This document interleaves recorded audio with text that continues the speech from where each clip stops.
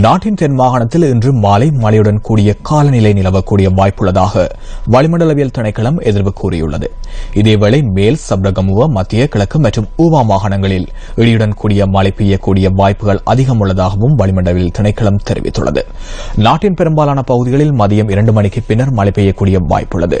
100 millimetre வரை மழை பெய்யக்கூடும் எனவும் மக்களை அவதானத்துடன் இருக்குமாறும் வளிமண்டலவியல் திணைக்களம் கேட்டுக் கொண்டுள்ளது. இலங்கைக்கு மேலாக வளிமண்டலத்தில் நிலவுகின்ற இடையூறின் காரணமாக நாட்டின் தென் அரைப்பாகத்தில் வானம் முகில் சரிந்து காணப்படும். இதேவேளை மத்திய, சப்ரகமுக, மேல், கிழக்கு, ஊவா மற்றும் தென் மாகாணங்களின் பெரும்பாலான பகுதிகளில் மழை அல்லது இடியுடன் கூடிய மழை பெய்யக்கூடும். ஏனைய பிரதேசங்களின் பெரும்பாலான இடங்களில் குறிப்பாக பிற்பகல் 2 மணிக்கு பின்னர் இடியுடன் கூடிய மழை பெய்யக்கூடும். சில இடங்களில் சுமார் 100 மில்லிமீட்டர் வரையிலான பலத்த மழை பெய்யக்கூடும்.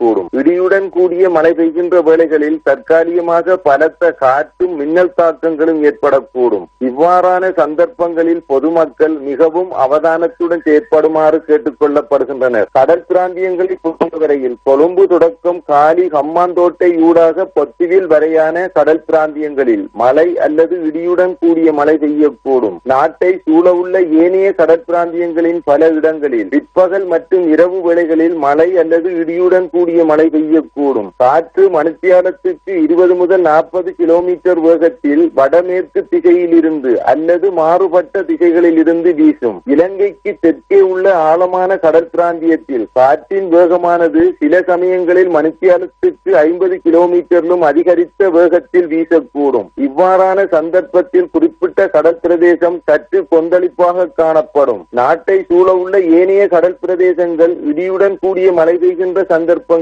தற்காலிகமாக கொந்தளிப்பான நிலையில் காணப்படும்.